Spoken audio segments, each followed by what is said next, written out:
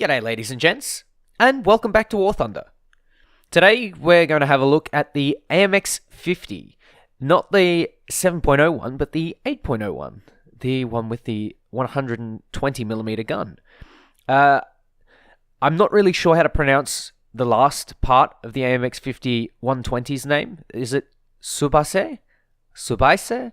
Something like that? I really don't know. For me, I think I like to call it the Superboy, because it is a bit of a Superboy, and you'll see how much of a Superboy this thing is in the game that I play. We're on the Sinai, we're in a bit of a down tier, and this thing really shines in a down tier. It's extremely strong. Personally, for me, the AMX 5120 starts to struggle as it gets to higher tiers and faces stuff like XM1s, and I really don't understand why it was put at 8.0 when it functions pretty standardly and pretty well at 7.7. This tank for me is my main rank 6 grinder. This is what I use to grind out my rank 6 tanks, and the reason why is very simple. You can output a lot of damage very quickly, the gun is really good, the ammunition is really good, the mobility is decent, the survivability is decent enough so that if you can take a couple of shots. It has smoke, it has pretty much everything that I want in a tank, except for two things: gun depression and gun elevation. Oh, make that 3 and a reverse speed, because this thing doesn't really reverse the way I like it to. Tanks like the Leopard 1 can reverse without any issue, whereas this one only has a couple of reverse gears. And I know, you'll be getting out your French jokes soon, but my God, the French didn't want to pull back with that one, and I don't know why. Anyway, there's a T-32. I thought it was an M46 at first. He was looking at me, and now he's looking at me again. So I put one in his turret ring. Shot trap him. Apparently, shot trapping is really difficult. I don't see any questions about that. That's kind of, shot trapping is easy, trust me. You just get used to it, and you learn to shoot the exact right spot. If not, you can just go for the turret ring on that tank. I believe it's something like 200 mils, so you can even probably pen it with a long 88. Correct me if I'm wrong in the comments, please do. So what do I do once I get a kill? I push, because I'm aggressive, and that T-32 there learns that the hard way. Now, as I start to realize that we've probably pushed on this flank almost all the way to the enemy spawn, because this map is only small, I decide to do a little bit of flanking, and blind old me doesn't spot an M103 right out in the open as I go to push. It's, I frustrate myself sometimes. If I'd looked a little bit further and panned that camera a little bit further, I would have been fine. And I would have seen the M103, killed him, and then reloaded long enough to get this T-32 that's come out of spawn. So what I do is I pop smoke and I shoot him where I think he is. And I try and get as many shots as I can into him, but the T-32 takes me out. And there's pretty much nothing I can do. Once you're in a multiple engagement situation in this thing, especially when you're sort of on the defensive, on the back foot, it's not good. You need to ideally be shooting at enemies that aren't seeing you, because this thing is just, that's what it's good for. Anyway, the M103 burns down, and that AH-1 is sort of just sitting there. So I wait for him to drop his altitude a little bit and pop a good one into him. If I had a bit more gun elevation, I would have been able to get him a lot easier. Another thing to note is that this tank doesn't come with any like hull-mounted machine guns, or any, top of turret mounted machine guns that you can freely maneuver. And so you can't really shoot down targets like that with any ease. So back to the match. We're pushing, everyone seems to be doing well. Everything's sort of staying in the city combat-wise, because basically everyone's playing the objective, except for a couple of special people that we'll get to a little bit later. But yeah, the AMX 50. You can see I'm using that mobility to its maximum effect there. Basically going back to the spot that I was, because for me, I don't really like this map. I'll be honest, I don't like this map. And I didn't on the April Fool's event either.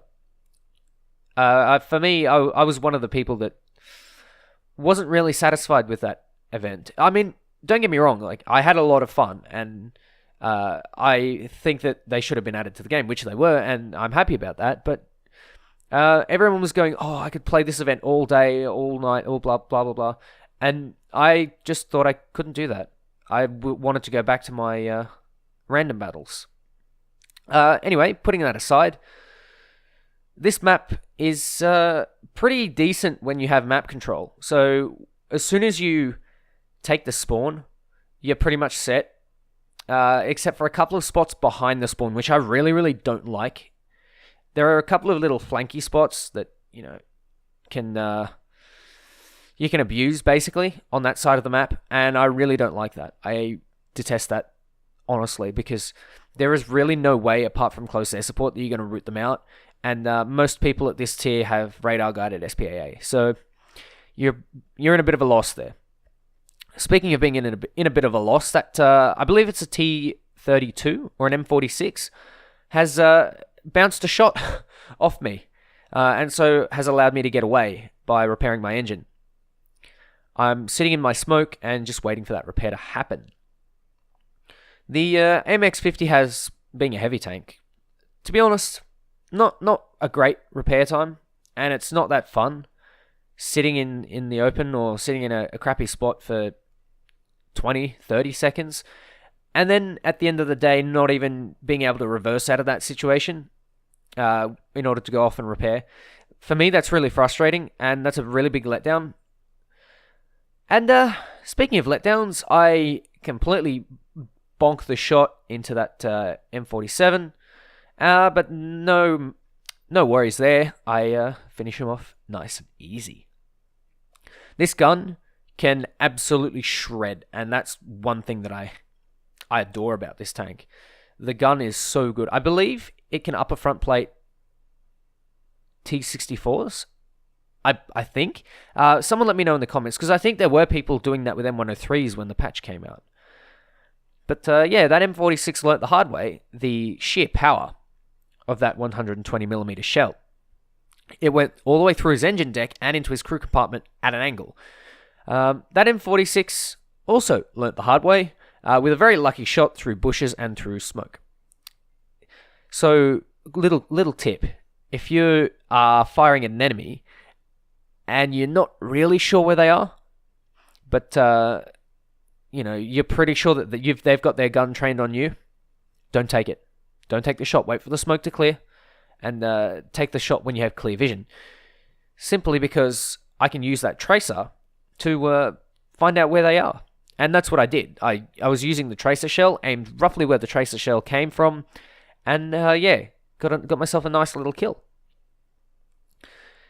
This part of the match is pretty much where the AMX-50 ends for me, because, yeah, that's all that's left. All up there in the top, and I'll mark that on the map for my team, but there's not a lot you can do against campers like that. I try and get another shot through bushes, but it's just not working. It's just not going to happen. And yeah, that's second death in the AMX-50. Superboy. Still, 6 kills in one spawn, and 2 in the other. You know what? I'm satisfied by that.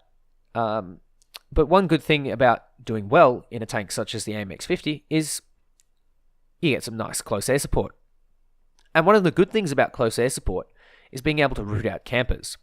Now, a lot of people can't stand close air support, and I understand fully, having played plenty of matches in ground RB and being taken out by everything from helicopters to fighters to attackers, being strafed multiple times over a minute and you can't do anything, being tracked, being harassed.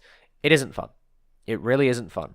But one thing that close air support is definitely necessary for, and it is absolutely needed, is to root out those campers. And when I played close air support, when it was extremely, I wouldn't say extremely overpowered, but it was certainly dominant, one of the things that I used to go for were all the campers, and I used to root them out, and that's what would give me the wins so readily.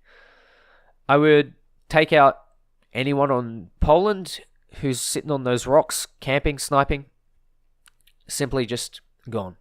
And it was extremely satisfying because those were the people that normally killed me. Because I normally play aggressively. And as you can see there, take out those two guys, and that's game. Because the enemy just simply didn't push and we capped them out. And by sitting on the sides and dealing damage, taking kills, we were a really, really good support. That's one of the beauties of French tanks. You can dish out the damage, and you've got the mobility to make those flanks count. Which is where, for me, French tanks really, really shine. And that's why they're so fun to play. Anyway, ladies and gents, take care, and I'll catch you next time. You happy now, Super Proto Man? You happy?